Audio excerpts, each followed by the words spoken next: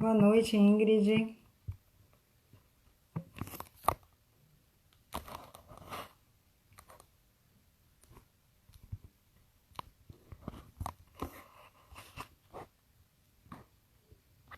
Boa noite, Ávila.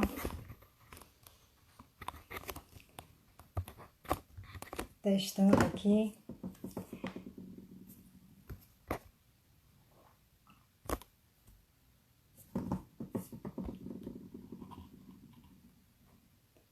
Aguardando aí nosso convidado.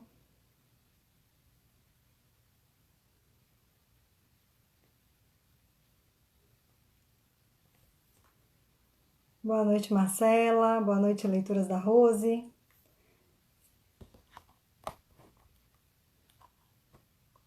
Vocês estão vendo aí um rosto e meio, chega um pouquinho para cá. Hoje nós temos uma presença ilustre aqui na live do Bibliolados. Duas, né? Além do professor Marlon Reis, nós temos também Jaime. Guardar.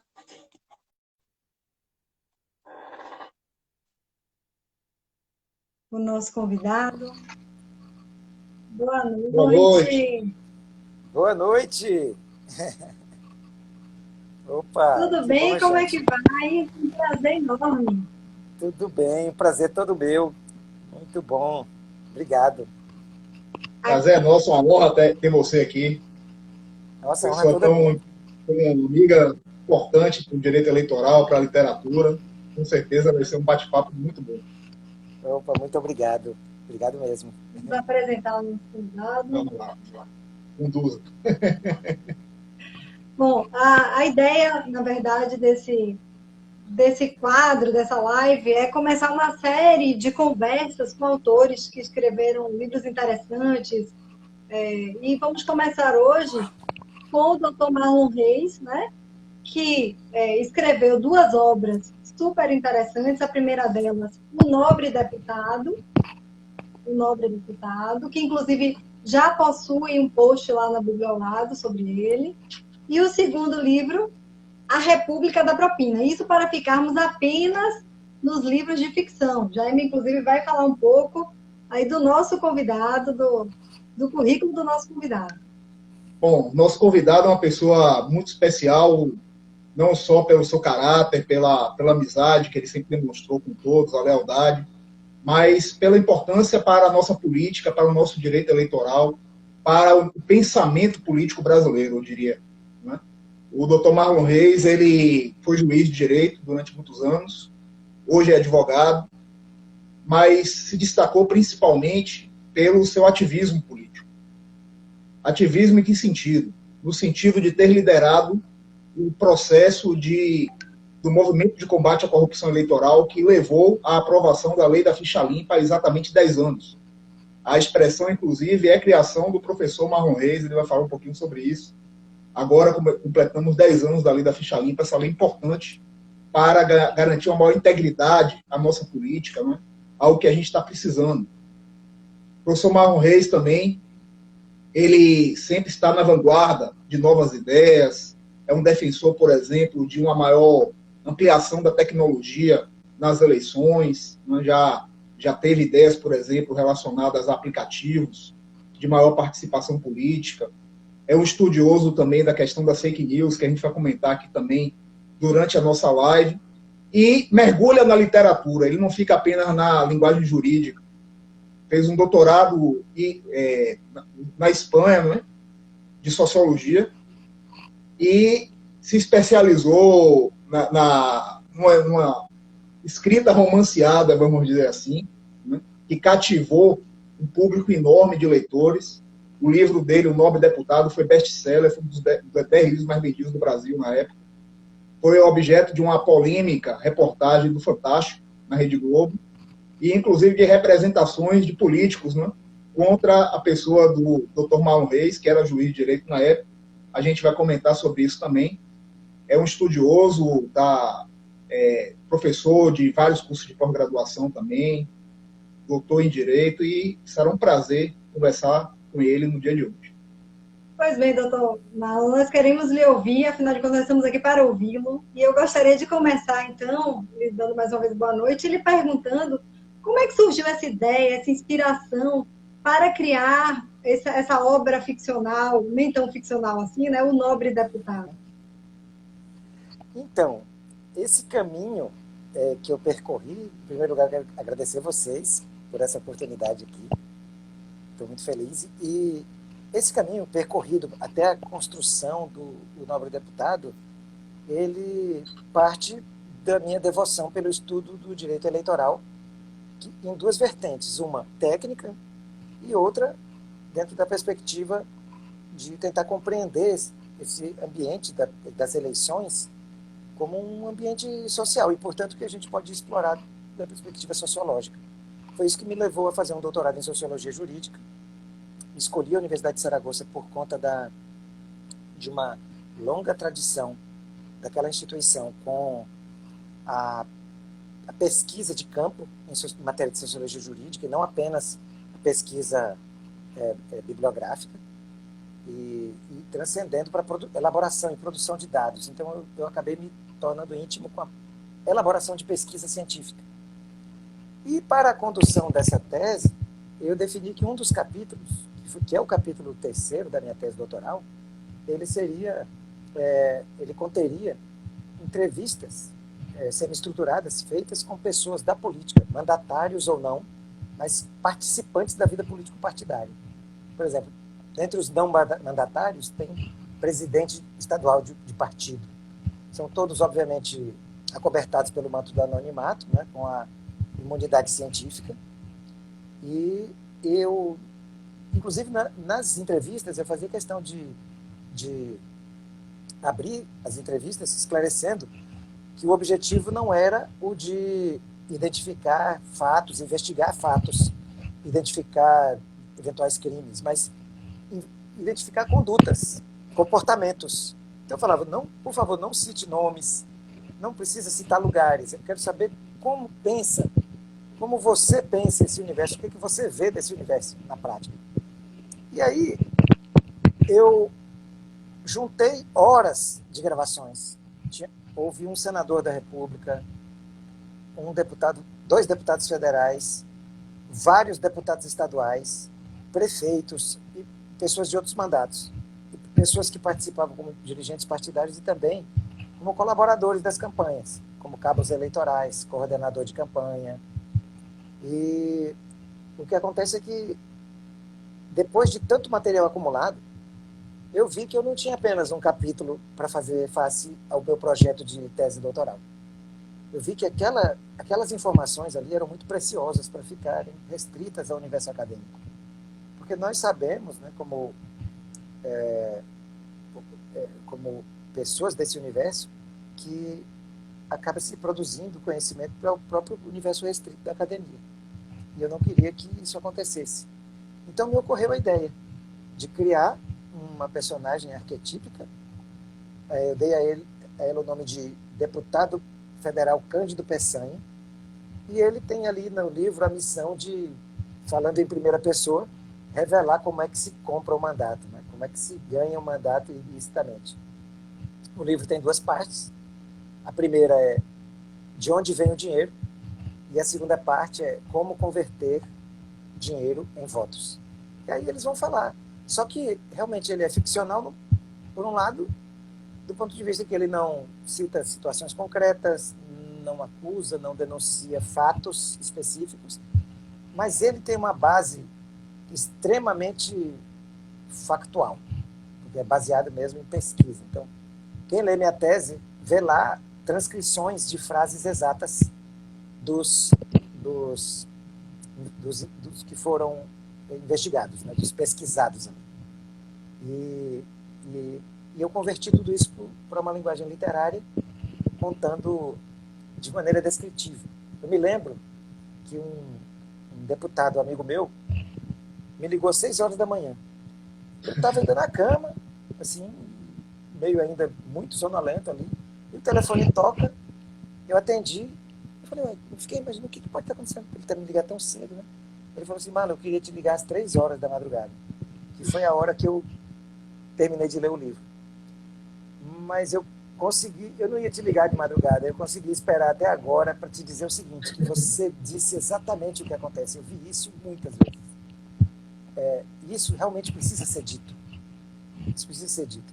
E eu fico feliz, porque alguns dos elementos lá, né, Jaime, por exemplo, um dos títulos lá é dedicado à análise do impacto negativo das doações empresariais sobre as campanhas. Como elas acabaram se convertendo em uma espécie de agiotagem, no sentido de que aquelas pessoas são remuneradas, não é uma doação, é um investimento. Exatamente. Era um investimento. E eu fico feliz de que, relendo hoje o Nobre Deputado, ver que algumas dos detalhes que estavam ali começaram a ser modificados. E esse não é um detalhe, esse era um elemento central do nosso processo eleitoral, que era a base do financiamento de campanha. Era o financiamento empresarial. Então eu fico muito feliz. Assim, foi uma passagem que teve os seus dissabores, como foi bem lembrado pelo Jaime, que eu cheguei a ser processado pela Câmara dos Deputados. Eu fui processado pelo Legislativo. Quem subscreveu foi o presidente da Câmara, agindo em nome da Câmara contra mim, como se eu estivesse atacando a Câmara. E quando me entrevistavam sobre isso, eu dizia: não estou atacando a Câmara, estou defendendo a Câmara dos Deputados. Porque nós não podemos permitir que um só chegue lá dessa forma. E muitos chegam lá dessa forma. E eu nunca... Eles me acusavam de ter acusado a todos. Eu nunca fiz isso. Eu sempre disse, no próprio livro eu digo, na introdução eu digo que o objetivo é despertar a sociedade brasileira para o fato de que muitos parlamentares estão chegando lá assim. E isso é tão inegável que o próprio presidente da Câmara, que subscreveu a representação contra mim, foi preso depois justamente por estar fazendo exatamente as mesmas coisas que estavam denunciadas no livro. Ele próprio era um deles. Né? E eu falo isso porque a justiça disse isso, em sentença, em acórdão, e foi terminar preso.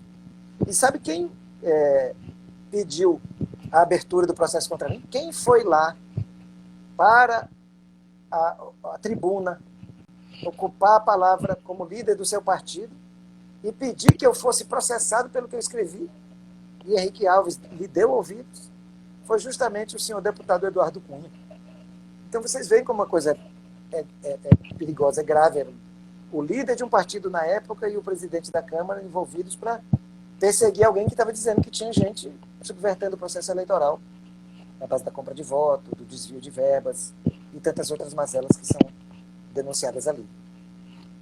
Doutor Marlon, o senhor falou que, na verdade, esse livro surgiu a partir de um desdobramento dos seus estudos acadêmicos.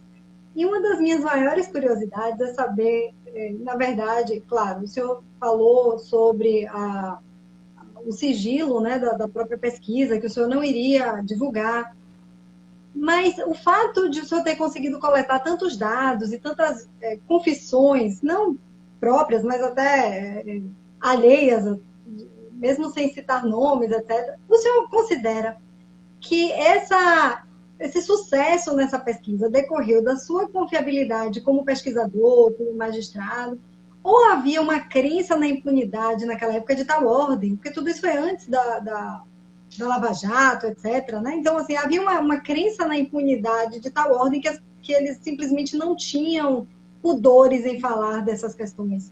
Só para completar, antes de passar para o doutor Marlon, tem uma passagem do livro que é muito interessante, em que ele fala que um dos entrevistados foi entrevistado numa praça de alimentação no shopping, né?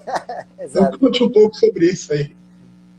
Eu vou dizer logo isso aí, emendar, porque essa pergunta ela foi feita pelo meu orientador. Como você conseguiu?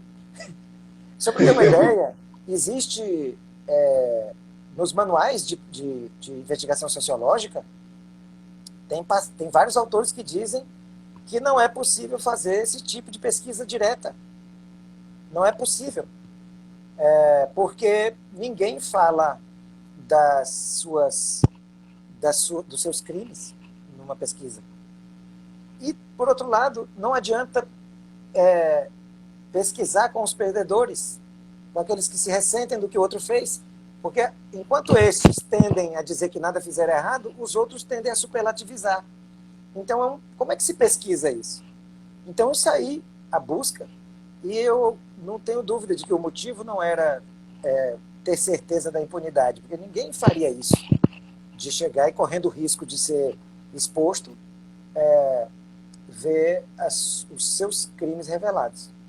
Porque realmente, de alguma maneira, eu consegui construir uma relação de confiança.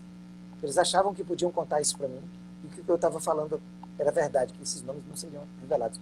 Só para ter uma ideia, eu sou divorciado. Na época que eu escrevi o livro, eu era casado. A minha esposa não sonha quem é nenhum dos entrevistados. A minha ex-esposa. Não tem ninguém que sonhe. Eu nunca revelei isso para ninguém. Eu, inclusive, combinei com a minha editora, que é um grupo editorial português, minha editora na época, a editora Leia,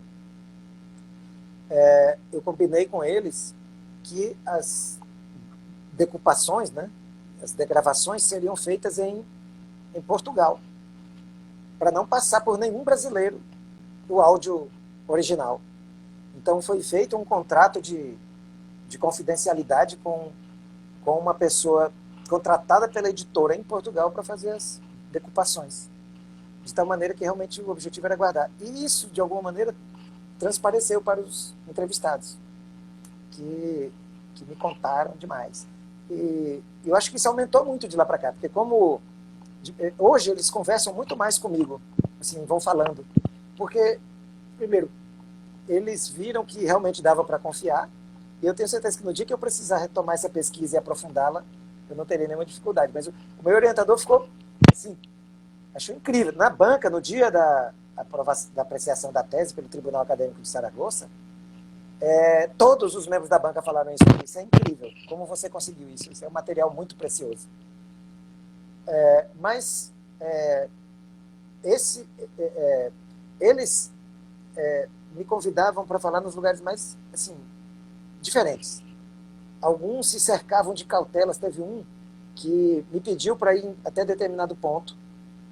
Depois eu fui no meu carro, pois de lá ele mandou outra pessoa me buscar, que eu não conheço, e eu até fiquei pensando assim, eu sou meio maluco de topar um negócio desse. Aí me levou até outro ponto, onde finalmente ele estava, e ele queria falar dentro do carro dele, que ali ele se sentia seguro. Sabia que não ia ter gravação ambiental nenhuma e tal, e íamos ficar só nós dois. Só gravação ambiental, tipo assim, externa, polícia, essas coisas, porque eu sempre falava, eles me autorizaram a gravar as vozes deles. E aí eu usava o celular para fazer as gravações. E um que me chamou tanta atenção que gerou esse episódio que o Jaime mencionou aí. Ele falou assim, não, eu vou estar na praça de alimentação, era numa capital de estado, e ele foi para o maior shopping e ficou bem no meio lá da praça de alimentação, que estava lotada. Aí eu não consegui resistir, perguntei para ele, mas você não ficou... você não acha estranho você ter escolhido esse lugar aqui, um lugar mais público da cidade aqui? Aí ele disse, Dr. Marlon, as pessoas têm mais dificuldade em perceber o que está bem diante dos narizes delas. Imagina. É por isso que eu lhe convidei para cá. Nunca ninguém vai imaginar que eu estou lhe falando aqui o que eu estou lhe contando. É verdade. Doutor Marlon, a gente gostaria de conhecer, o senhor teve a oportunidade de falar um pouco sobre a repercussão da obra, né? Eu imagino os problemas que lhe causaram aí, essa coragem, né, de criar uma obra que foi, afinal, um best-seller e que nos revela realmente tanta coisa interessante que a gente precisa saber para que possamos exercer melhor a nossa democracia, né? Para que possamos concretizar melhor essa nossa democracia.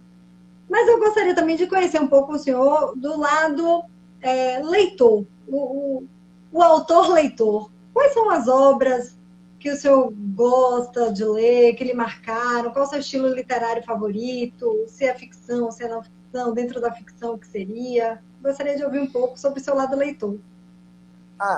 Eu gosto de tudo. Eu leio em muitos estilos, né? em muitos universos, eu pesco em muitos universos literários. Mas eu vou lhe citar aqui as duas primeiras grandes obras que eu li, não só em termos de de qualidade, como até de densidade, até em volume, foram os livros Olga, do Fernando Moraes, ainda na adolescência, e O Nome da Rosa, do Humberto Eco. Esses dois livros me ensinaram a ler em profundidade e amar ler em profundidade. Querer buscar obras que demandassem mais da minha capacidade de pensamento, né, de interpretação. Até que me chegou às mãos, já tardiamente, porque eu acho que as pessoas deveriam ler esse livro bem mais cedo. Lá pelos 30 e poucos anos foi que eu fui ler o 1984, do Oscar Wilde. E quando eu termino de ler, primeiro, eu não queria terminar de ler, né? Quando eu estava ali faltando 40 páginas, eu lia meia página num dia. Eu não queria que ele acabasse. Aí eu lia uma página e ficava com pena, esse livro está acabando. E quando o livro termina, eu caí no choro. Eu não acreditei que ele tinha construído todo aquele liame, né? O livro é uma linha reta, construída com um monte de alegorias que vão reafirmando aquela linha, e no final é como se ele se debruçasse sobre a autoafirmação lá do que ele afirmava, a reafirmação daquilo que ele afirmava nas primeiras páginas. E eu nunca vi nada tão genial. É uma pintura, na verdade, é visual. E eu não sei se vocês perceberam, outras pessoas que escrevem visualmente, como o nosso Guimarães Rosa, né? Eles acabaram me influenciando muito, porque eu tento descrever até onde as pessoas estão, né? Eu falo no livro até assim, olha, era assim, a casa era assim, o lugar, para a pessoa ver, é como se fosse uma pintura, no sentido de eu tentando pintar para a pessoa tentar ver. Eu acho que, inclusive, esse deputado que eu falei, que me ligou às 6 horas da manhã, ele falou isso. Mano, eu conseguia ver os lugares. Eu conseguia ver os lugares onde as coisas acontecem e as conversas como elas são tratadas. Por isso que teve um crítico que...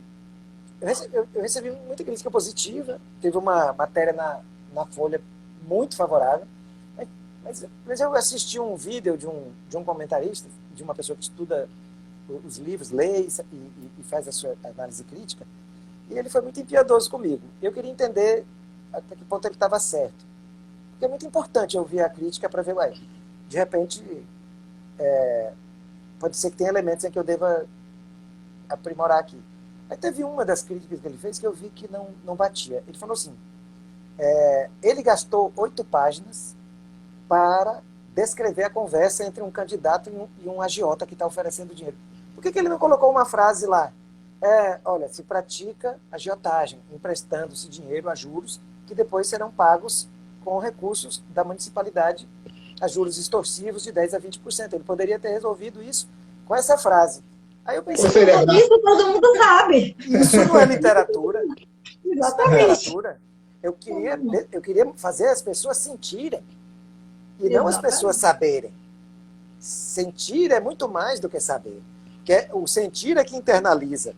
O sentir é que joga isso para dentro da sua massa cinzenta, escura, né? da sua massa escura cerebral.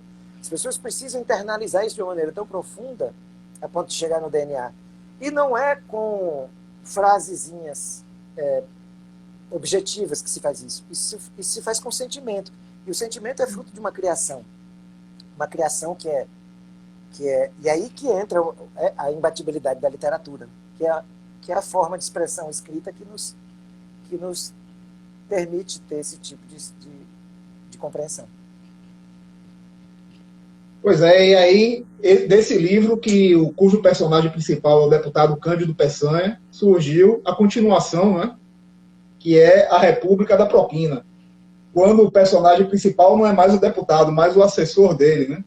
E é bem interessante que mostra como esse sujeito foi se transformando naquele canal de compra de voto, de construção da candidatura, né? Alguém que no início não tinha esse propósito, essa intenção, e foi se transformando a ponto de se divorciar. Então, bem interessante também. Eu gostaria que você falasse um pouquinho sobre como foi a ideia de escrever A República da Propina e contar um pouco da história também para os nossos amigos que estão nos acompanhando. Então, esse livro, ele bebe muito na fonte, obviamente, do Nobre Deputado, confessadamente, só que ele foi escrito de uma outra maneira, porque aí eu não tinha mais compromisso de seguir os elementos acadêmicos que eu tinha construído E aí eu me dei o luxo de ser puramente um escritor.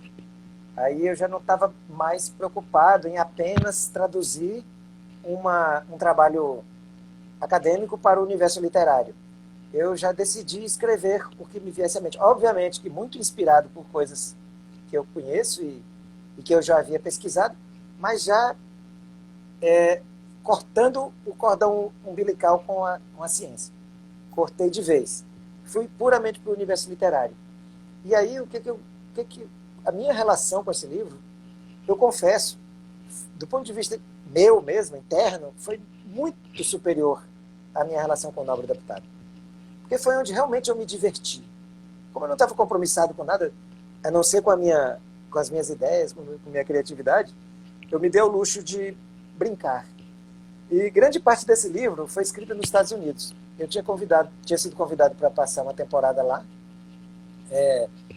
conhecendo órgãos de combate à corrupção, grandes jornalistas investigativos norte-americanos, parlamentares. Eu tive de costa a costa lá. E aí eu aproveitava as minhas noites no hotel e ia até de madrugada. E aí foi bom, porque eu fiquei longe do Brasil. Eu fiquei longe procurei me distanciar do Nobre Deputado, procurei me distanciar da minha tese. E aí pensei assim, Marlon, agora é você consigo mesmo. E aí eu realmente me diverti. E eu acho... Deu uma travada. Dá uma travada. Vamos ver. Deixa eu ver se ele retorna. Deu uma pequena travada. Desculpa. Deu uma Voltou. Pequena travada aqui para a gente. Tá ouvindo? Não, o que acontece Consegue é o nos seguinte, ouvir? vou confessar um crime aqui. Eu vou confessar um crime. Consigo ouvir. Vou confessar um crime. Eu não sei ainda, depois vocês me ensinam, como é que faz para deixar a internet ligada e desligar o telefone. Aí eu... Já entendi o que aconteceu. Na verdade, o que acontece? A gente estava fazendo as lives pelo Wi-Fi no modo avião, e aí a gente não tinha esse problema. Mas agora a gente também está no 4G, porque o Wi-Fi pifou aqui, então a gente está sujeito ao mesmo problema. Torcer para não acontecer. Torcer para não acontecer. Sim, mas você estava falando que você foi dos Estados Unidos de costa a costa e lá foi deixando sua imaginação fluir. Fui. E quando eu voltei, o livro estava pronto. Ele já estava iniciado, mas acho que uns 80% foram escritos lá, muito rápido. Sim, foi um processo de, acho que meio catártico também, assim. E aí eu fui Quanto tempo, mais ou menos? Não, foi um mês para eu terminar isso. Ele já estava bem adiantado, né? Mas eu fui revisando o que eu tinha feito e criando, escrevendo. E eu confesso, eu escrevia e ria. Eu escrevia e ficava rindo. Eu não acredito que eu escrevia esse negócio, não. Tinha umas passagens, por exemplo, que é lógico, como eu estava livre para criar, eu me dei o luxo de, por exemplo, falar sobre um pastor que tinha uma adega numa parte escondida lá do templo dele, e que ele, na verdade, era um bêbado, só que ninguém percebia isso direito. E ele era um grande negociante de votos. E eu ia criando esses personagens e me divertindo muito com isso. Eu acho que foi uma maneira de me vingar lá do Eduardo Cunha e do Henrique Alves. Doutor Marlon, nesse momento em que o senhor escreve A República da Propina, pelo que eu pude acompanhar aqui da obra, foi um momento em que o senhor tinha deixado, né, a carreira de juiz e passou à advocacia. E o senhor afirma que estava em busca da sua liberdade de expressão. O fato de ocupar o cargo de juiz tolheu a sua liberdade de expressão enquanto autor ficcional? Em que medida o senhor viu essa liberdade assim, mais aflorada quando saiu da magistratura e passou à advocacia? E a correlação entre esse momento da elaboração da obra? A diferença é brutal. O comportamento que se espera de um juiz, ele é muito monástico, vamos dizer assim. E não é o meu perfil. Eu não poderia continuar na magistratura. Eu não sou monástico, eu sou de grandes interações, de participar de grupos de discussão, de falar livremente sobre o que eu penso. Sempre fui assim, na verdade, eu não fiquei muito tempo na magistratura, 20 anos. Aliás, eu não saí cedo da magistratura, como alguns pensam. Eu fiquei tempo demais na magistratura. eu deveria ter saído antes. Na verdade, meu plano era esse inicial, passar um tempo ali, 5 anos por ali, viver aquela experiência e voltar para o universo privado, que é o universo da liberdade. Só que tem um detalhe, eu saí na hora certa, porque hoje os juízes não estão apenas, deles não está apenas se cobrando um certo comedimento, hoje deles está se cobrando o silêncio, o que é um absurdo. Porque a pretexto de se inibir determinados excessos, e eles acontecem, juízes falando mais do que deveriam, comentando autos que não presidem, falando sobre questões políticas. Então, se contenham aqueles juízes que estão fazendo isso. Mas eles não fizeram isso. O CNJ endureceu tanto as regras que hoje se espera quase que um silêncio sepulcral desses magistrados. E hoje eu estou com um grande amigo, meu melhor amigo, eu posso dizer isso, o Douglas de Mello Martins, passando por isso no Maranhão. Ele foi participar de uma live para explicar. Ele é o famoso juiz que decretou o lockdown em São Luís. Vocês devem lembrar da história. Sim. Então, ele é muito... Eu falo famoso porque repercutiu muito no Brasil, porque nenhum juiz fez isso, só ele.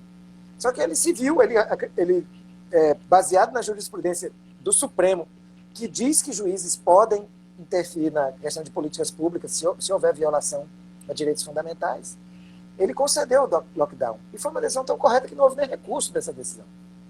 E depois ele foi... Aliás, hoje São Luís ostentam, Maranhão e o São Luís especialmente, ostentam um dos melhores indicadores em relação ao Covid, e se atribui muito a isso, essa coragem que ele teve. E aí, pessoas públicas, inclusive parlamentares e outros, professores, tudo, começaram a pedir para ele explicar essa decisão em lives. E ele achou que era uma decisão tão entranhada na vida das pessoas que valia a pena ele expor.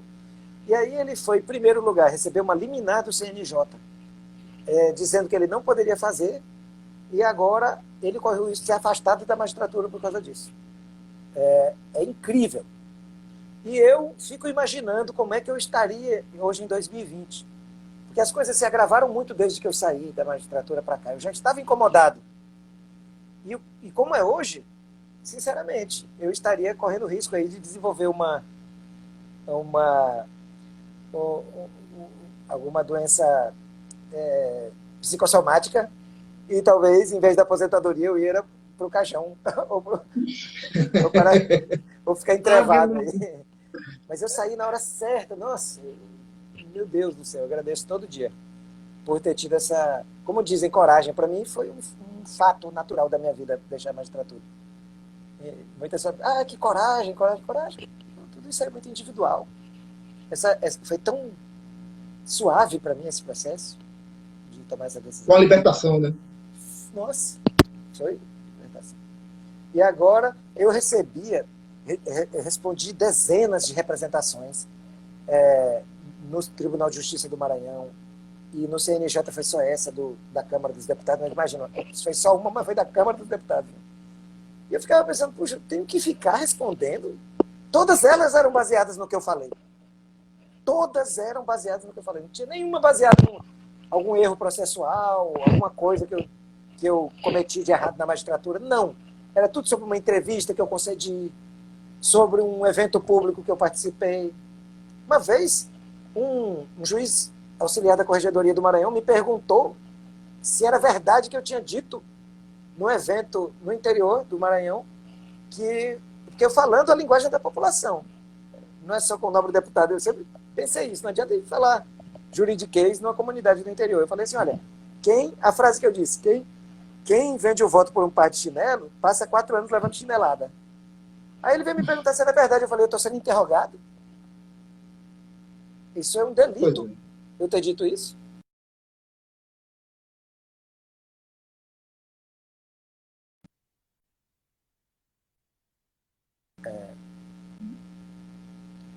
Mas, então, e você não abaixou a cabeça, né? Isso foi importante também. Nunca baixei a cabeça. Por isso é que eu tinha que ter saído, porque agora eu ia ser aposentado compulsoriamente por falar. E por escrever, né, doutor Marrom? Por escrever, já pensou? Igual na Coreia do Norte, Tentaram em alguma medida impedir a circulação dos seus livros, do Nobre Deputado, da República da Propina? Houve algum, principalmente do primeiro, houve alguma tentativa de Não, impedir essa circulação? não, não.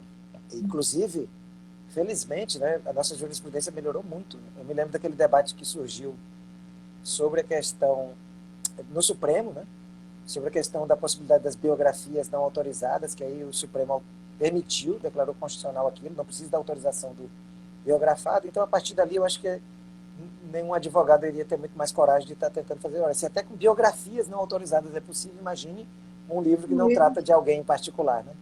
Então, eles não tentaram essa via, eles tentaram a via do ataque pessoal, do ataque ad hominem, de tentar me desqualificar, de dizer que eu estava querendo destruir, que eu era antidemocrata, que eu estava querendo destruir o parlamento, e tal, e tal, tal, tal. Eu falei, quem está querendo destruir o parlamento são vocês. Exatamente. Ô, doutor Marlon, nessa segunda obra, na República da Propina, o senhor a qualifica como sendo fruto de um realismo nada fantástico. Essa referência ao realismo fantástico sugere algum gosto específico por obras desse gênero? Sim, eu li Cortázar, né? E então é uma coisa que me marcou muito, assim. E não tem dúvida também. E o próprio Gabriel Garcia Marques também, que tem muito disso também. E não tinha como não... É lógico que eu tenho até vergonha de citar esses nomes, porque eu estou há diversos luz antes deles, mas eles são eles formaram muito a minha vontade de escrever, porque realmente eu passei a maior parte do tempo escrevendo sobre direito. Vou contar um um fato curioso para vocês. Tem um deputado federal que ele não está mais não está na atual legislatura. Ele é um amante dos livros, ele lê muito, muito, muito. É um bibliófilo assim, quanto mais. E aí um dia eu estava almoçando com ele em Brasília e ele me disse o seguinte: eu contei para ele que eu ia escrever o Nobre Deputado. Aí ele falou assim, mas esse é um livro jurídico aí, ou sociológico? Eu falei, não, eu vou escrever para a população. Aí ele disse assim, pois agora que você vai se tornar um escritor. Escritor é isso. Não era o que você vinha fazendo, não. É verdade. Livros de antes os livros jurídicos não contam, né? Não conta, esquece. Você não é escritor para publicar o maior livro jurídico, você não é escritor, não. Aí ele falou isso, e ele falou isso assim, ele falou assim, eu não consigo escrever. Eu li incontáveis livros e não consigo escrever. Ele me falou tanto da paixão dele pela literatura, e foi uma coisa assim, realmente emocionante a maneira como ele se relaciona com a literatura. E aí, quando nós íamos saindo, esse almoço era no restaurante do hotel onde eu estava hospedado, lá em Brasília. Aí eu fui acompanhá-lo até a porta do hotel, depois do almoço. Ele se despediu de mim, entrou no carro oficial. Aí o carro se deslocou por 1 metro ou 2 e parou. Aí eu falei, será que ele esqueceu alguma coisa? Ele abriu, veio até mim, ficou assim perto de mim e falou assim, eu voltei para lhe dizer que eu tenho inveja de você. Aí voltou pro carro e foi embora. Legal, interessante. Quer dizer, que amor pela literatura ele tem. E a Pois vontade E pela escrita. Eu não sei como ele não consegue escrever. Deve ser alguma trava psicológica. Porque fica acanhado, né? Timidez. Ele tem mais é que escrever. Agora, antes de um nobre deputado, o senhor tem alguma escrita não jurídica, guardadinha? Ou pode ter sido de adolescência, ou até na fase adulta, alguma coisa que o senhor escreveu, ou poesia, ou crônica, ou conto, ou outro romance, que o senhor nunca publicou? E eu vou dizer uma coisa, eu escrevia muito, né, desde a infância até a adolescência, mas eu nunca publiquei. E todos esses escritos foram extraviados. O meu primeiro livro, eu tinha 10 anos, e ele estava guardado até poucos anos atrás, na casa da minha mãe. De alguma maneira ele desapareceu. Foi uma dor imensa para ela. Eu senti, mas ela guardava aquilo. Eu escrevi aos 10 anos de idade. E era uma história de ficção científica. Nossa! E aí depois, na adolescência, eu escrevi 2 livros. Mas eu sabia que eu estava apenas me exercitando. E sendo que os 2 eram romances. Mas coisas muito relacionadas assim. Por exemplo, um deles era, eu me lembro bem, era um drama que se passava dentro de uma favela no Rio de Janeiro, que envolvia violência, envolvia uma pessoa que tentava sair daquele quadro lá de situação extrema, de pobreza, de violência e tal. E eu escrevia, mas eu não escrevia para publicar. Eu escrevia com a consciência de que eu estava treinando. Por isso eu também não me preocupei muito em guardar, deveria ter guardado. Mas era um livro de mais de 200 páginas. Um livro enorme, que eu escrevia numa máquina datilográfica que meu pai tinha me dado. E aí faltava papel chamex, eu usava papel do caderno, que eu tirava do caderno da escola, datilografava nele, e ia juntando tudo aquilo. E aí... Mas o objetivo era esse, assim, era como aqueles leõezinhos que estão brigando, que parece brincadeira, mas não é, treinando para matar os outros animais no futuro. Eu estava ali dando os meus primeiros arranhões na literatura. Muito bom. Tem uma questão que eu queria colocar da República da Propina, que eu estava conversando com ela, que é bem interessante. Você conta muitos casos de personagens que são assediados, vamos dizer assim, pelo personagem principal, pessoas do povo, né, que terminam de alguma forma trocando seu voto por algum tipo de vantagem. Eu lembro de um caso, por exemplo, de um idoso que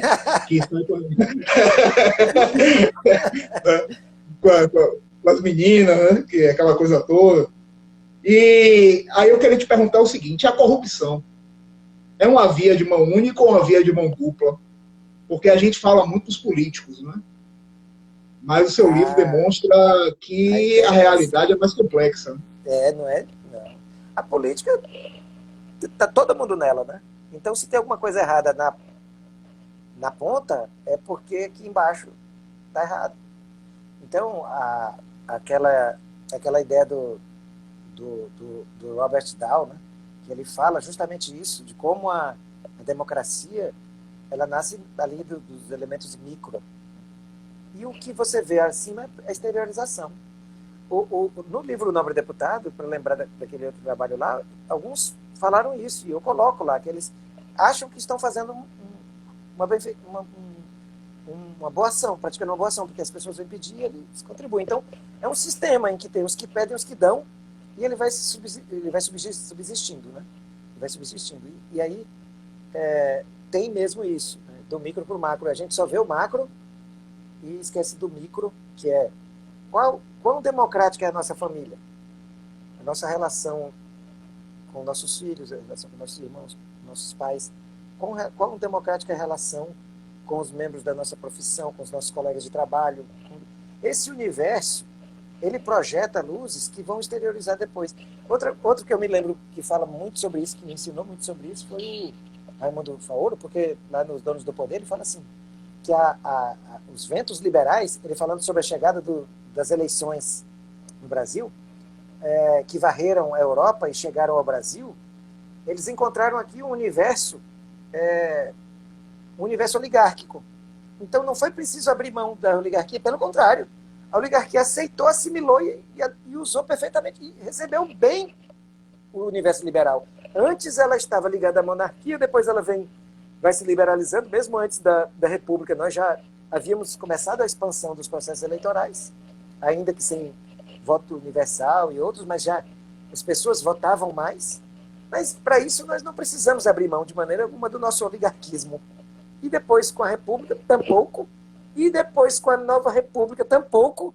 Isso subsiste até hoje, claro. Esmaecido, não é a mesma coisa do século XIX, é óbvio. Mas isso ainda está introjetado na nossa cultura de uma maneira muito violenta, para usar uma expressão que talvez o Joaquim Nabuco usaria, porque ele falava que a escravidão é a única religião oficial do Brasil. E ela estará entre nós por pelo menos 200 anos. E isso é verdade.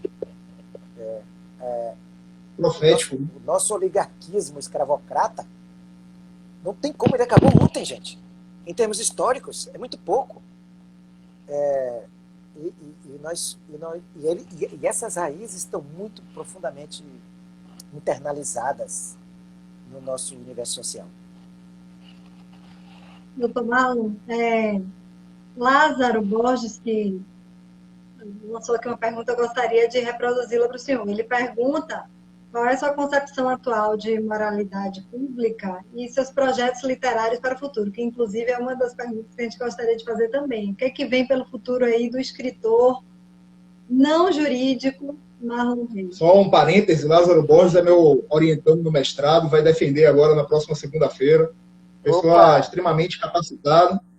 Então, e já leu seus livros também. Obrigado, Lázaro. Obrigado pela participação e boa sorte na banca. E olha só, essa questão da moralidade é uma coisa curiosa e ela sempre me leva a pensar bastante. Mas, de um tempo para cá, eu passei a refletir mais sobre algo que se fala com frequência, isso não é novidade, mas eu passei a refletir mais sobre a necessidade da gente separar moralidade de moralismo. São coisas distintas e eu digo que até antagônicas. Porque o discurso moralista, inclusive, ele está muito frequentemente presente no agir cotidiano de pessoas que nem observam aquilo que falam. Já a moralidade não é algo do campo do moralismo, é algo do campo da racionalidade. O moralismo tem a ver, entre aspas, com um pouco de fé ou de algum tipo de tentativa de condução de alguém a pensar da mesma maneira, porque aquilo é o correto. O sacrossanto, o puro, o inexpugnável e tal. Já a moralidade, não. A moralidade é racional. Uma das coisas que eu gostei, assim, talvez o maior ponto positivo de eu ter ido estudar sociologia jurídica foi de compreender isso. Porque fica assim, o universo do bem e do mal não é assim que as coisas acontecem na sociedade. Nós estamos falando de diversas condicionantes.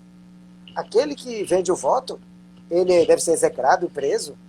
A lei contra a compra de votos de 1999, a lei 9.840, de iniciativa popular, tinha um artigo, inclusive, que propunha que fosse isento de pena, fosse concedido perdão judicial ao que praticou esse ato expressamente. Aliás, não era nem perdão judicial, era um caso de juridicidade, não era considerado antijurídica essa conduta. E, na verdade, nós vemos um universo que leva a isso de uma maneira tão natural que você depois imaginar a possibilidade de levar alguém a ser preso por isso é meio dantesco. Eu diria até que terrível mesmo. E, lamentavelmente, o Supremo andou fazendo isso há poucos anos, mantendo condenação de pessoas pobres que venderam o voto. Isso são fatores sociais. Por isso é que eu sempre me envolvi com medidas que não levassem a enrijecimento de penas criminais. Vocês nunca me viram envolvidos com propor aumento de pena, colocar tal coisa como crime hediondo, vocês não vão me encontrar fazendo isso. Porque esse universo é o universo, a meu ver, da cultura. E o que pode se interferir sim, caçar o cara, tudo bem. Agora, colocar na cadeia, eu não acho que seja o universo. Porque nós estamos falando de um processo de construção que, obviamente, demora muitos anos, mas é um processo de construção. Então, a moralidade, eu vejo ela incluída aí, nesse processo de construção. É por isso que eu faço questão de afastá-la dessa ideia de moralismo que não constrói. O moralismo é uma ideia estagnante. Por exemplo, aqueles que defendem processos ditatoriais estão sempre com discursos moralistas. Para quê? Para impor a minha moral contra a dos outros. Isso é moralismo. E aí, isso é estagnante. E, portanto, é profundamente desumano, antinatural e contrário a tudo que eu aprendi, pelo que eu passei a zelar. Sobre a questão de próximas publicações, tem uma que eu assinei contrato recentemente e estou trabalhando nesse livro. Não está sendo fácil conjugar o meu trabalho na advocacia eleitoral, porque agora bombou, já o processo já está muito forte, apesar da campanha não ter começado, mas já está tudo orbitando em torno disso na minha área profissional. E eu estou tendo que conjugar isso aí, não está fácil. Mas eu prometo para logo um remake do Nobre Deputado. Eu vou me aproveitar de algumas passagens dele para mostrar como é que o Cândido Peçanha chega ao ano de 2020. E dessa vez ele vai praticar crimes eleitorais digitais. ele vai colocar notícia falsa contra os seus adversários, ele vai usar... Eu vou aproveitar também esse livro para ser um pouco pedagógico, para explicar para as pessoas sobre como isso realmente se dá. Como é que se cabala uma eleição com o uso da tecnologia? E aí, por exemplo, a maioria das pessoas nunca ouviu falar, por exemplo, em pirâmide de grupos. Aí eu vou mostrar como é que funciona e se organiza uma pirâmide de grupos, e como é que ela se organiza profissionalmente e tudo, e como é que alguém pode definir o assunto sobre o qual todo mundo vai estar falando no dia seguinte ou no momento seguinte, a partir do uso da estratégia de pirâmide de grupos. E outras, né? Disparo de mensagens, disparo massivo de mensagens, né? Desses serviços de mensageria eletrônica e tudo, expondo mais esse universo, sem perder o tom quase satírico do Cândido Peçanha. Muito bom, que aí você realmente aproxima o leitor dessa realidade, não é, com uma linguagem muito mais acessível. Né? Sim, exatamente. Jaime está aqui, ele está ansioso, viu, doutor Marlon? Porque acho que ele não pode lhe encontrar, e eu também não, porque eu também estou muito curiosa, sem que a gente fale um pouco sobre a sua criação agora na área jurídica, né? Sobre a lei da ficha limpa, que a gente quer saber. Faz a pergunta. Inclusive, né, como surgiu esse nome, essa ideia da lei da ficha limpa, que eu sei que veio da sua brilhante mente também. E a lei da ficha limpa está completando 10 anos agora. Qual é a avaliação que você faz depois de 10 anos dessa lei? Realmente a nossa política mudou? Continua na mesma? Existe esperança? Qual é a sua análise? Bom, eu vou ter que ser bem objetivo, porque eu vejo que o nosso tempo não é tão grande, né? Temos uns 7 minutos. Então, mas dá para responder. A história do nome da lei da ficha limpa aconteceu em Barra, no Piauí. Nós tínhamos um nome já para o projeto e estávamos coletando assinaturas. E o nome do projeto era, pasmem, não riam de mim, um projeto de lei sobre a vida pregressa dos candidatos. E aí a Suilan Midles, que era jornalista e secretária executiva do Movimento de Combate à Corrupção Eleitoral, vivia dizendo isso pra gente. Ela brigava com a gente. Gente, isso não é nome de projeto, isso aí vocês não vão coletar assinatura nunca. As pessoas, muitas não sabem nem o que é isso, outras acham que esses caras são pedantes usando esse tipo de linguajar. Isso não é nome de campanha. Pelo amor de Deus, queria vergonha na cara, arrume um nome para esse negócio. E eu estava incomodado com isso. E aí um dia, chegando à base no Piauí para ministrar uma palestra para 1.000 jovens da Igreja Católica, de grupos de jovens, e claro, 1.000 jovens mobilizados em grupo de jovens, eles iam coletar assinatura demais. E de fato, coletaram muita assinatura lá, nos meses seguintes. Mas naquele dia, me apresentaram o prefeito da cidade, que chegou até a casa do bispo, onde nós estávamos, para um jantar, e disseram a ele que eu estava coletando assinaturas para um projeto. Aí ele falou, eu já ouvi falar desse projeto. Eu falei, o senhor assina? Ele disse, não. Eu entreguei, mostrei o formulário para ele. Não assino. Disse, por quê? Não assino porque esse projeto é inconstitucional. Eu sou advogado e sei que esse projeto é inconstitucional. Eu falei, mas se o senhor me der a oportunidade, eu posso tentar convencê-lo. Ele, não, muito obrigado, eu não quero ouvir falar sobre isso. E foi embora. De maneira extremamente deselegante. Eu fiquei ali assim, perplexo até, porque foi muito deselegante. Ele se incomodou tanto que ele virou as costas e foi embora. E aí um seminarista que estava presente falou assim, olha, doutor Marlon, bem se vê que o senhor não é do Piauí. Por quê? Não, porque se o senhor fosse piauiense, o senhor saberia que essa assinatura jamais sairia desse cidadão. Porque no Piauí ele é conhecido. A ficha dele, se o senhor for mandar imprimir, dá uns 4 metros. É todo crime que o senhor imaginar. De peculato, e também tem muita coisa de abuso de poder, já foi condenado nos tribunais de contas, no Tribunal de Contas várias vezes. Então, se for imprimir a ficha dele, dá uns 4 metros. Aí eu respondi para ele, meu amigo, eu nunca imaginei, porque eu estou falando com a maior autoridade da cidade, eu parto do pressuposto que alguém tem a ficha limpa, e não desse jeito. Na hora que eu falei isso, acendeu uma luz. Então, nós devemos a ele, não a mim. Esse é o sentimento da... E outra, dito e feito, a lei foi aprovada, ele foi se candidatar em 2012 e já não pôde mais, já ficou inelegível. Eu tive curiosidade de checar. Já foi um dos atingidos da lei. Ele tinha razão de tentar... Bom, e aí eu acabei misturando um pouco com a outra resposta, né? A outra parte, porque a lei da ficha limpa, sim, impactou muito. Quem conduz a eleição sabe disso. Eu vi isso muito como juiz eleitoral. 3 vereadores dos 9 da cidade onde eu era juiz, até pedir exoneração, sequer se candidataram à reeleição.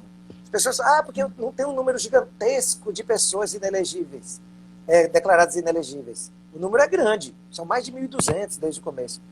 Mas esse número reflete apenas parte dos que tentaram fazer. A grande maioria vê que está enquadrado na lei e não sai, substitui por uma esposa, por um filho e tal.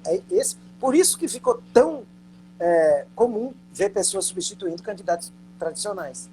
Então ela impactou sim. Eu espero que ela impacte mais, porque o maior objetivo da lei não é jurídico, é cultural.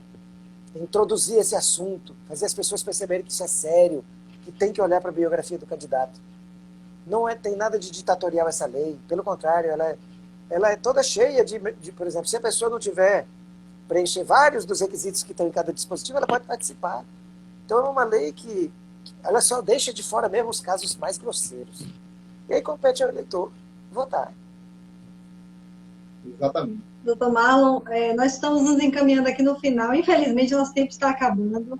Mas eu queria lhe agradecer profundamente a sua generosidade, sua gentileza de ter aceitado o convite da Bibliolados para participar dessa live de conversa com o autor e dizer que para mim foi um prazer enorme conversar com o senhor, ouvi-lo, e te desejo sucesso, inclusive, na sua nova obra.